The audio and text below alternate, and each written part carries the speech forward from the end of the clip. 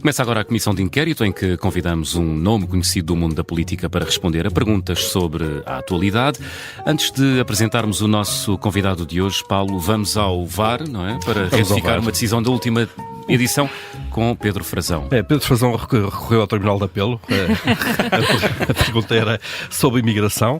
Quantos imigrantes havia em Portugal? Nós tínhamos a estatística oficial de final de 2022, 798 mil. Ele avançou com uma resposta de 1 milhão. Nós fomos verificar depois, de facto, há uma estimativa da AIMA que fala de 1 milhão de imigrantes já.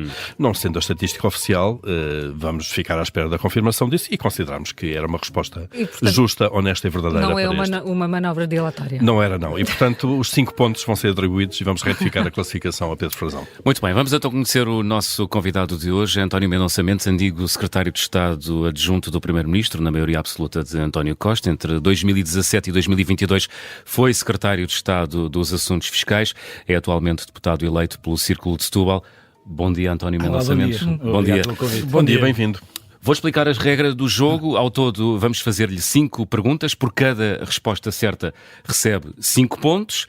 Se tiver a ajuda do público, só recebe 2. E depois, obviamente, as perguntas erradas não pontuam. Sendo que o público aqui somos nós. Ok.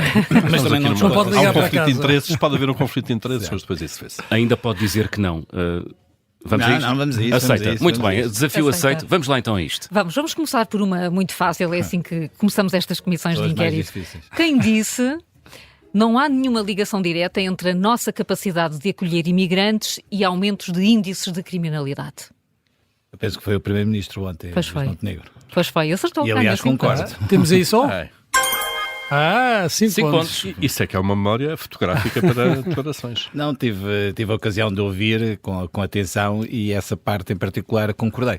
Concordou e surpreende-o porque temos ouvido alguns partidos fora do governo dizer que está a haver essa associação e que o governo estimula a associação e a criação de algum medo em relação à imigração. Acho que foi importante que o Primeiro-Ministro, que é o líder da AD, o tivesse feito. Nós tivemos há muito pouco tempo o Dr. Pedro Passos Coelho, que fez essa associação, aliás, numa campanha da AD, não foi mesmo uma campanha da AD, penso que em Faro. E é importante que isto se clarifique, porque a questão dos imigrantes não tem rigorosamente nada a ver com as questões de segurança. É evidente que há hoje uma pressão muito maior no nosso país relativamente à imigração, mas essa pressão é uma pressão que se faz junto dos serviços públicos e que é preciso responder.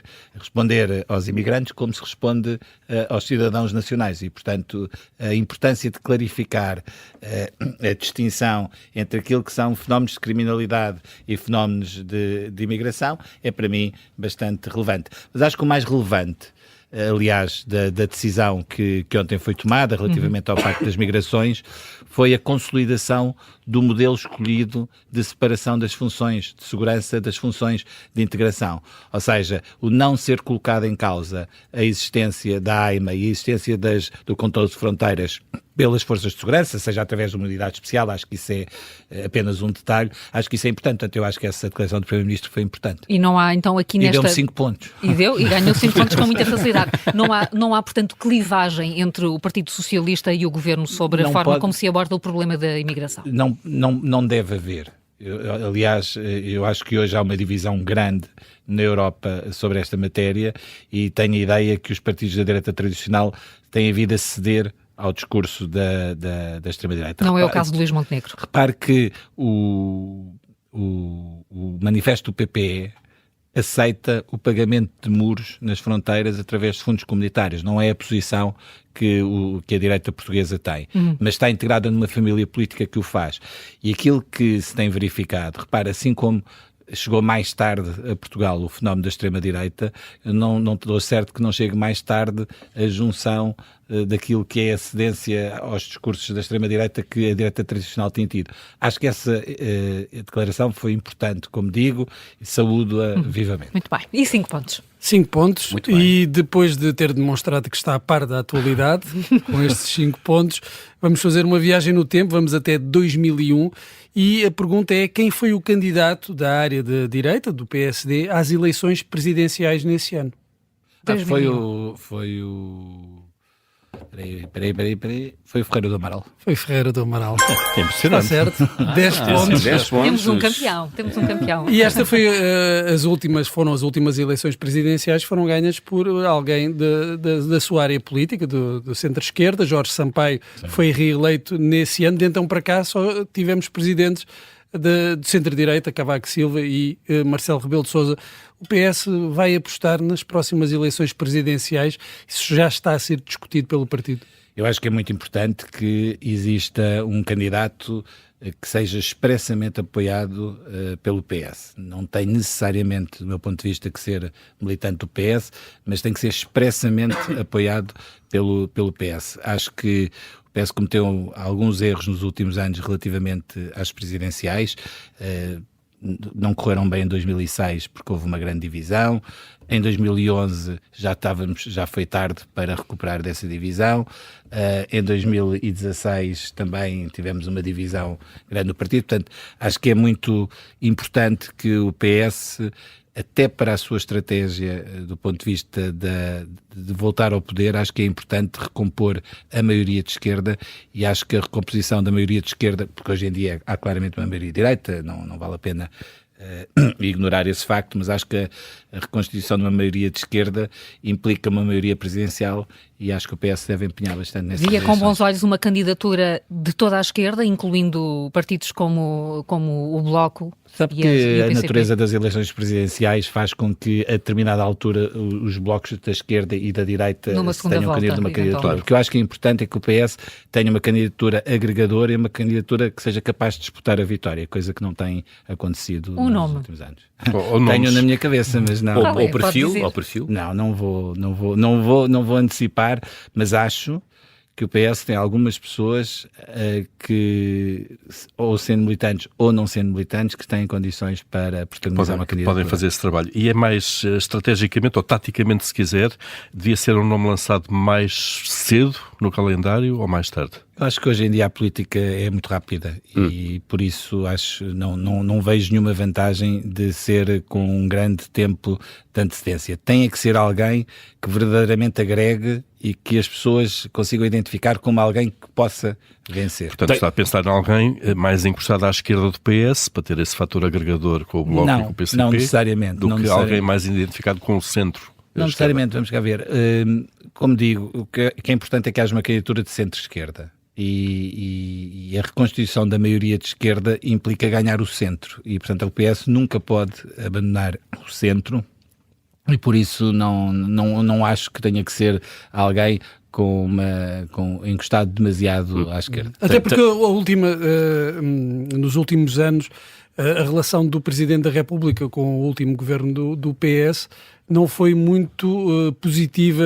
O António Mendonça Mendes disse há poucos dias que o Presidente da República tem sido um fator de instabilidade política nos últimos 2 anos.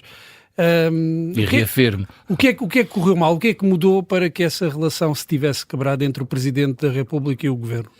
Eu não falo da relação entre o Presidente da República e do Governo, porque do ponto de vista daquilo que foi o meu ângulo de observação, a relação institucional foi impecável. Agora, aquilo que eu consigo verificar é que o Presidente da República teve ao longo destes últimos anos e continua a ter uma intervenção na via da política que foi uma intervenção negativa e que promotora da instabilidade.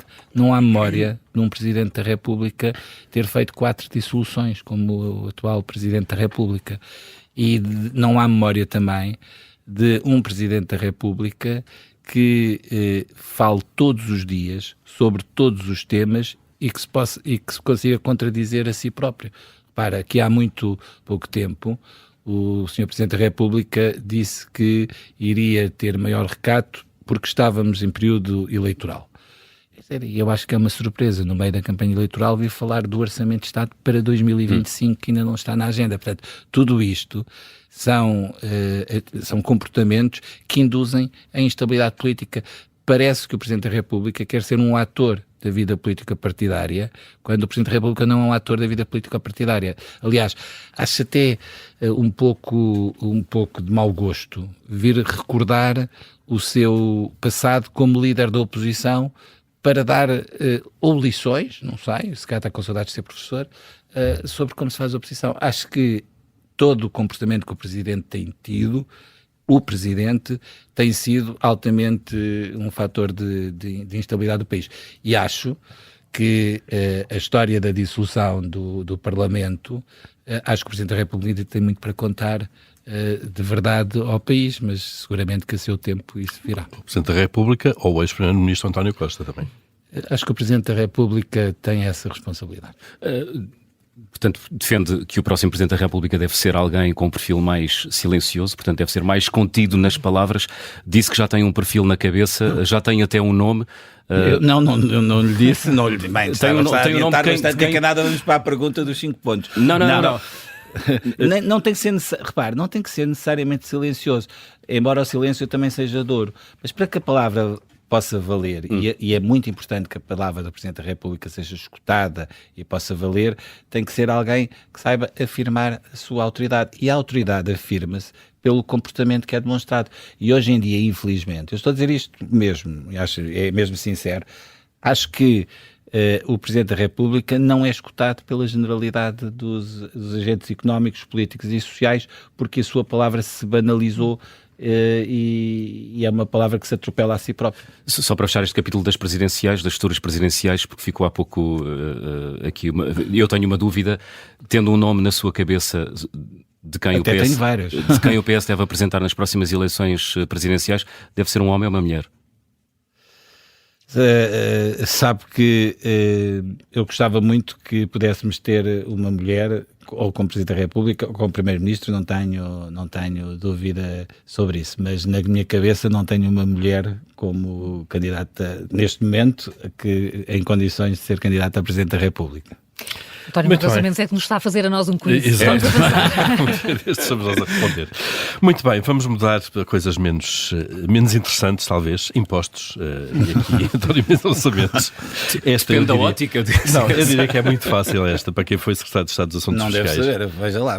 Não, é fácil, acho eu. Quais são os 3 impostos que garantem mais receita ao Estado por ordem decrescente? Pódio. Decrescente? Decrescente. Primeiro, segundo e terceiro. Decrescente. Então, primeiro é o IVA. Certíssimo. A seguir é o IRS. Certíssimo. E a seguir é o IRC. É certíssimo. 15 pontos. Eu estava com medo que me perguntasse os valores. Não, isso não cometeríamos. Mas sabe-os? Mais ou menos. Eu diria que o IVA deve andar nos 20 mil milhões, 21, mais ou menos. Sim. O IRS deve andar nos 14 mil e o IRC deve andar nos 8 mil. Talvez um pouco abaixo agora, 5, 6 talvez no IRC. Pronto. Mas os seus números são melhores do que os meus, seguramente.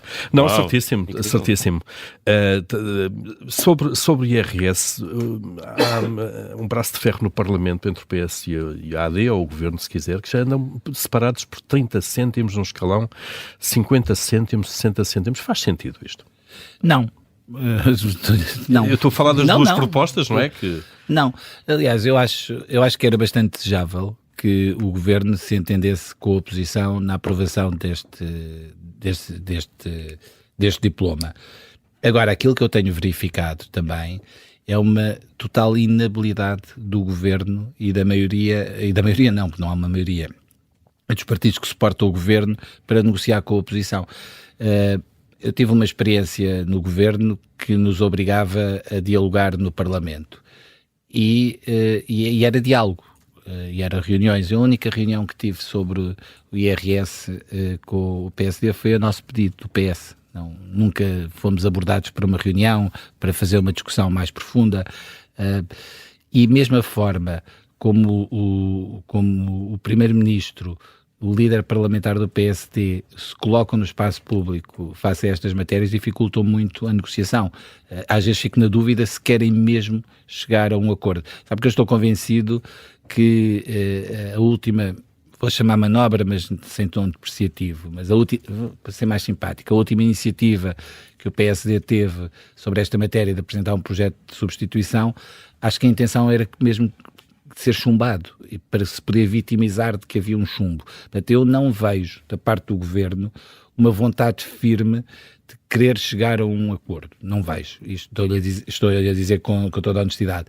Por isso é que lhe respondo que não faz sentido que não haja um acordo, porque as posições não estão tão longe como aquilo que parecem. Porque foi instalada uma ideia que é errada, que é a ideia de que a AD quer que as pessoas do 7º e do 8º escalão tenham descida de IRS e que o PS não quer. Isso não é verdade. A diferença que está é que o Governo quer baixar as taxas no 7º e no 8º escalão, e não sendo essa a única forma de baixar o imposto para essas pessoas, que ganham, por exemplo, 4.000 euros, o que o PS faz é baixar mais as taxas dos escalões mais baixos, em particular do 2º, que beneficiam a todos. Portanto, quando eu baixo a taxa do 7º e do 8º, eu só estou a beneficiar as pessoas que atingem uma parte do rendimento no 7º e no 8º. E, portanto, vamos só simplificar para ver o que aqui está em causa.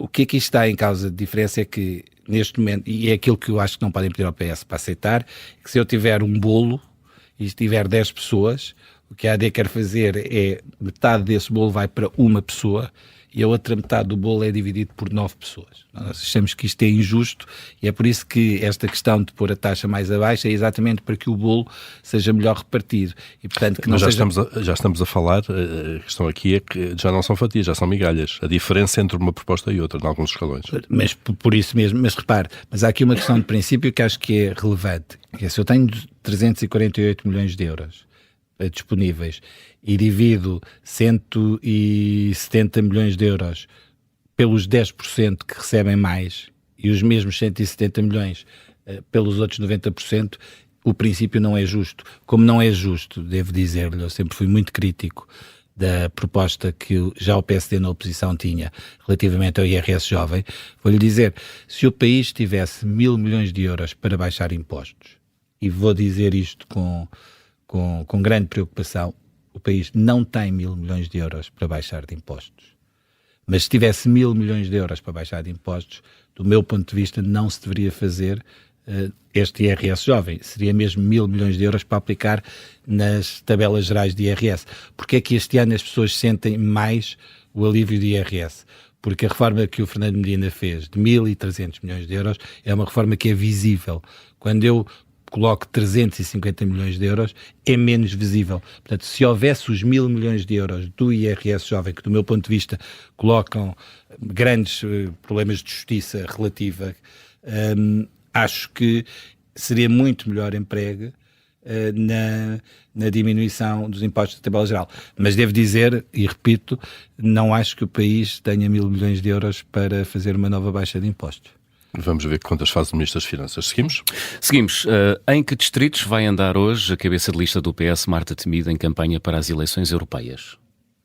2 distritos. Eu sei qual é, espera aí. É Bragança e Vila Real.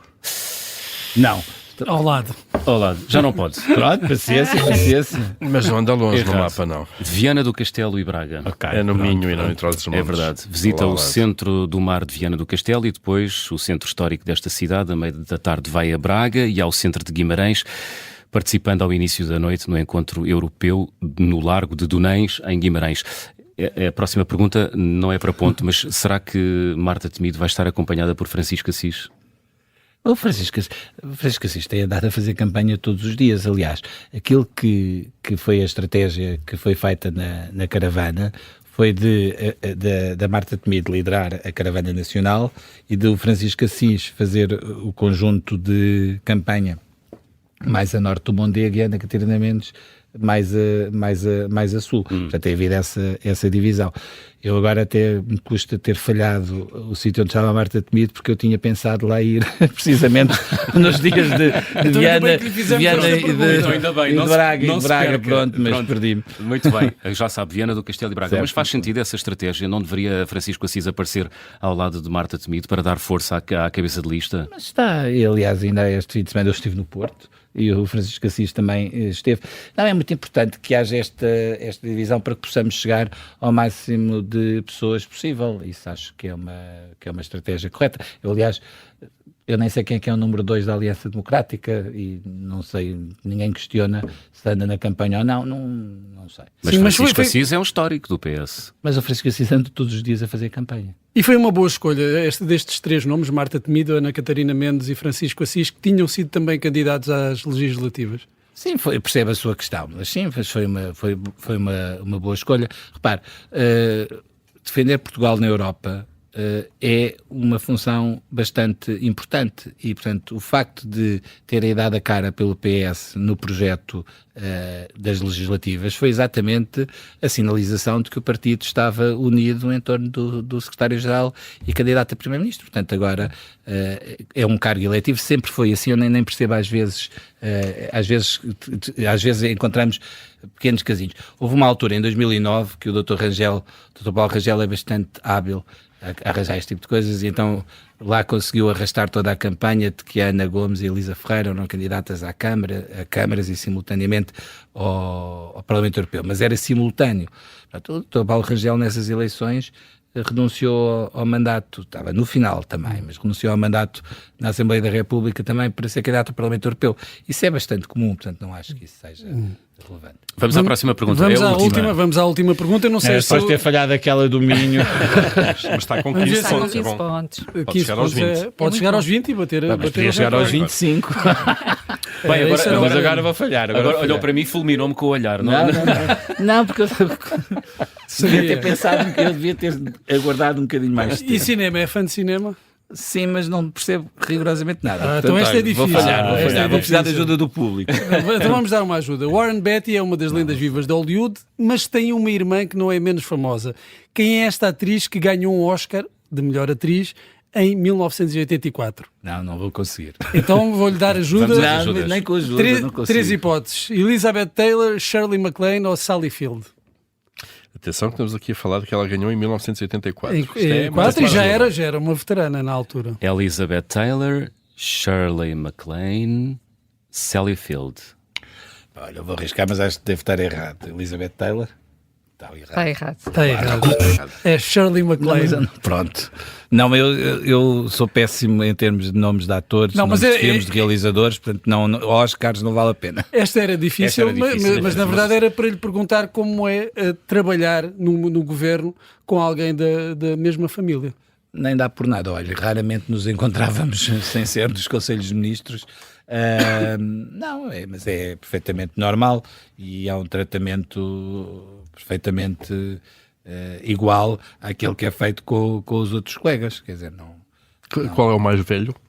A Ana é a mais velha. Ela influenciou de alguma forma as suas opções políticas? Acho que nós nos influenciamos mutuamente. Aliás, é público, fui eu que ele veio para a JTS, mas ao longo da minha vida política, a Ana sempre me ajudou bastante do ponto de vista dos conselhos e eu a Ana, portanto isso não... Foi um exagero o caso que se criou em torno das famílias do Partido Socialista que se sentavam à mesa do Conselho de Ministros. Sim, acho que foi claramente exagerado, não falando por mim, mas quer dizer, eu acho que a Mariana e o José António Vieira da Silva, quer dizer, não têm o seu valor próprio, a Ana Paula Vitorino e o Eduardo Cabrita, eu nunca vi na forma de funcionamento do governo qualquer diferença pelo facto de sermos membros da mesma família. Agora também lhe devo dizer que isso às vezes também condiciona um bocado mais. Eu devo dizer que tive dúvidas, o lugar protocolar que eu tinha da bancada do governo na Assembleia da República era ao lado da minha irmã.